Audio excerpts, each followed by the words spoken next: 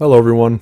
I recently purchased some Peltors to replace my Howard Leight earmuffs, and I wanted to make a video comparing the two of them because when I was doing research on deciding what kind of earmuffs to replace my Howard Leights with, I was getting a lot of different reviews, and in fact I was watching a few videos that were saying that the Howard Leights were in fact the best earmuffs to get, and I wanted to kind of talk about that and touch on a few points since now I own both pairs and have used both pairs quite a bit. I'll get into more of the specifics later in the video, but to just cut to the chase and not waste anyone's time, I would say the Peltors are absolutely far better, as you might expect. To start though, I need to kind of go into the problems with the Howard Leights and why I decided to replace them. I have had them for several years and they have been just kind of aging a little bit, so there is that.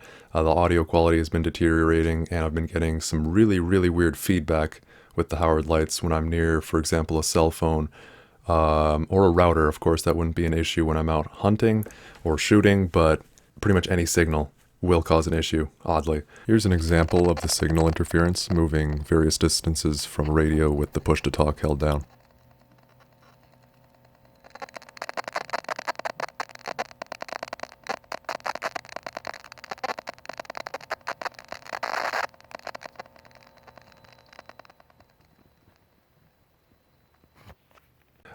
But then the main reason that I decided to replace the Howard Leights is if you look at the footage, and this footage is from my previous video on the 8K upgrades.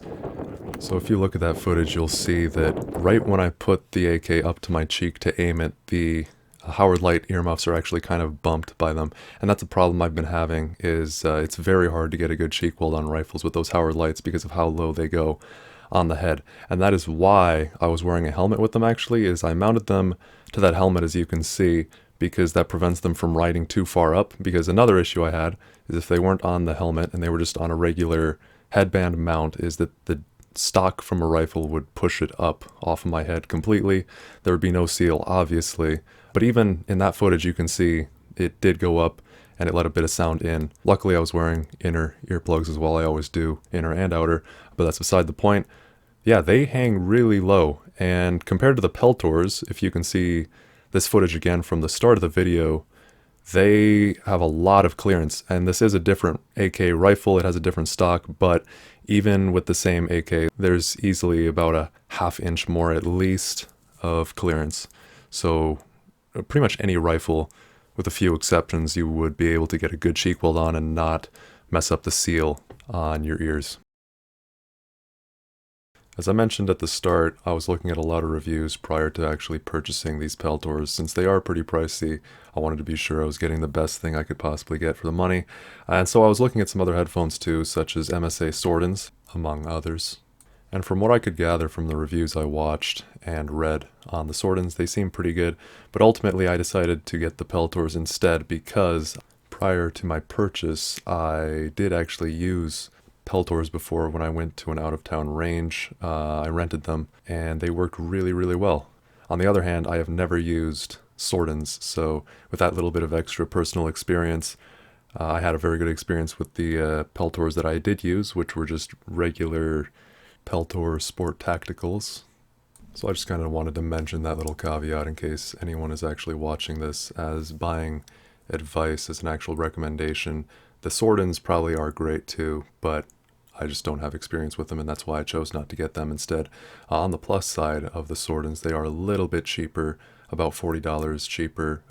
When they're this much, it doesn't matter as much, but there is that. One other thing I wanted to kind of come back to and touch on is why did I choose to purchase ComTac IIIs versus, for example, the Peltor Sport Tacticals, which I said that I did use before.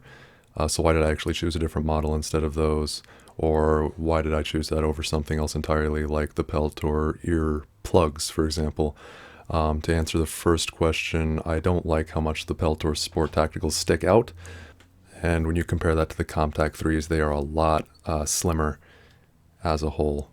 And then in terms of not getting earplugs, it's just kind of a weird thing. I don't like the idea of having something so small and so expensive that I could easily lose, but A few of the reviews I saw of the Peltor ear plugs are that they're actually a bit uncomfortable. I can't say anything to that because I've never used their ear plugs, but at any rate, that is why I decided to get the ComTac IIIs instead. In summary, just about the only negative or con to the Peltor ComTac IIIs that I've noticed is that they are pretty pricey.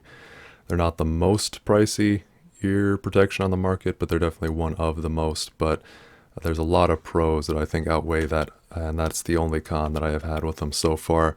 As I've mentioned, there is enough room for cheek weld, but as I did not mention yet, I can actually hear quite a bit better than normal with these on. In comparison to the Howard Leights, I can hear pretty well with them, just like with my normal hearing, but if I turn the Peltors up all the way, I can hear far better than I can with my normal hearing, which is a big plus.